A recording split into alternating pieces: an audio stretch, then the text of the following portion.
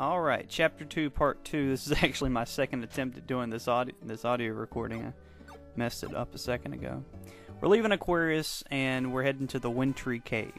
Now, we can't go north, as you can see here, so we have to go east. Obviously, the cave is to the east of us. That's something that I guess is good and it's bad about this Final Fantasy, is that it's strictly linear. There's no wandering around whatsoever. The game will not allow you to go where you're not supposed to go, even for side questing. There are no side quests in this game, basically. It directs you exactly where you have to go. So we're heading up to the cave, taking out this battleground before we get all the way up here. I'm just getting through it real quick here with fire spells. Everybody's weak against it in the ice level, so I'm just going to go back and heal myself at the end after this, so I don't have to worry about the missing magic points. But notice another technical difficulty here when I use the fire spell. No sound effect. There's supposed to be a burning sound effect there. See, it's just nothing. So I'm getting these weird little technical difficulties. Kind of adds an interesting flair to the game. I win 99 experience, 1/4 of the experience I would have got from one battle. You know, wow. Now this is weird. I can't go to that battleground to the left. It's the only thing over there, but it won't let me over there until I beat the Wintry Cave. Now, why they couldn't just put that battleground between here and my next destination, I don't know. It's just kind of odd. It's kind of out of the way, you know.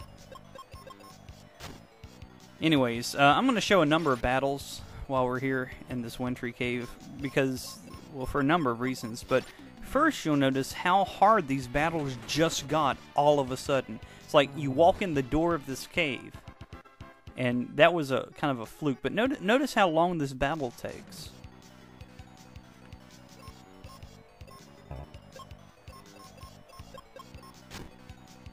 It's like before, Phoebe could always be counted on taking an enemy out in one turn every time, unless she missed like she did right there. It was never a problem. But now all of a sudden, she can't take a guy out in one hit. And, well, she's just missing a lot, first of all.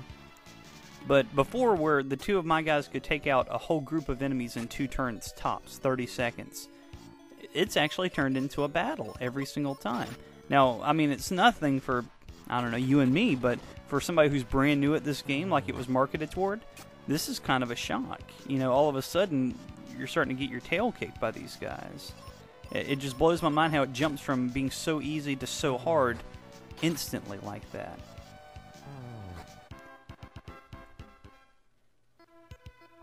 Anyways, heal ourselves, save some of our magic points, use items. I also like how there's like these plants along the cliff edge. It's always struck me as funny what programmers will use to prevent you from going somewhere you're not supposed to go. In this case, plants. Like I couldn't step over a plant, right?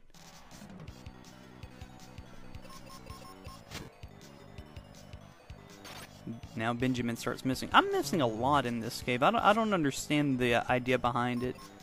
It's like I didn't miss at all the battlegrounds outside. And very rarely in the whole last clip when I fought 40 battles. But here, I'm going to start missing like every other turn with somebody. So we're coming up here in a second to an example of another stingy teammate moment. And maybe I'm just picking this apart, but that's kind of what I do. Notice what happens here. When we walk on this little path dip right here, causes a little landslide. Now Phoebe catches the wall and just lets me fall to my assumed demise. But she goes, "Ha, this claw helped me. Now it's yours. You can use it." Here are my thoughts on this.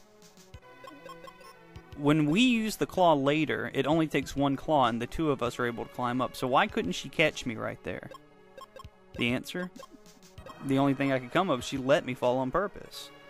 Maybe it's a recompense for me forcing myself along on her earlier in the last clip, but it just, you know, it just strikes me as rude, first of all. But it's another example of, hey, here's something you could have used. Let me give it to you now we're halfway through this dungeon.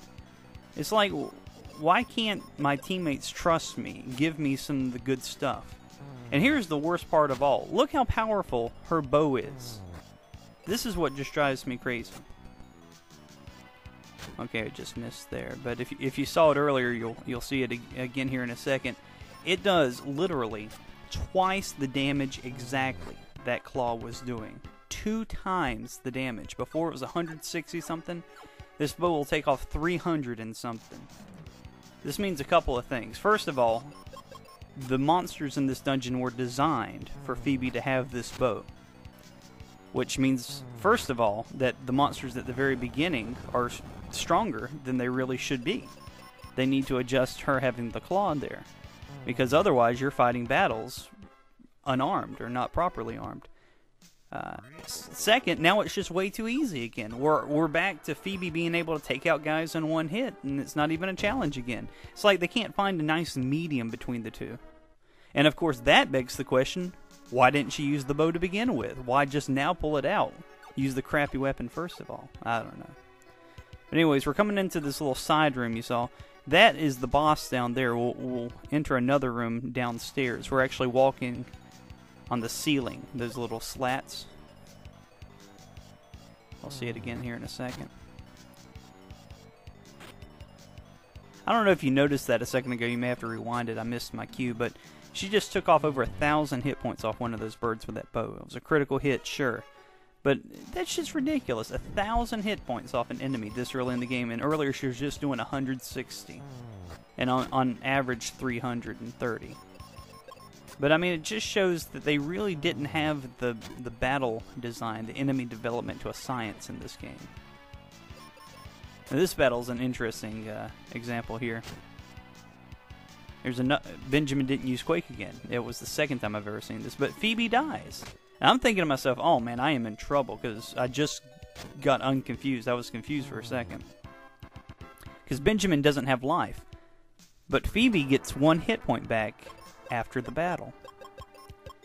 This is the final nail in the coffin of the point that this game is too easy by means of that life spell.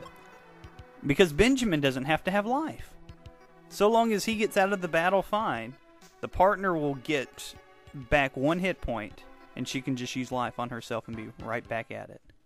So really, the only situation that you would be in really big trouble is if everybody lost all their magic points. So, I'll just leave that alone because I've talked enough about it. It's so, I wish I could just jump down there. I mean, Benjamin just fell from like 7 stories earlier and he seems fine now. I don't know why he can't just jump down what appears to be 10 feet to go fight the boss right now. But we'll get to him eventually, I guess. Also, kind of funny, why we have to have this claw to climb up and down that... Doesn't that look like one of those rock climbs? That, you know, you'll see like an activities place or something like that. It's like, why you need a cat claw to just grab onto ledges there? I don't know. Got some refreshers there. I'm not quite sure what they do in all honesty. I never really use them.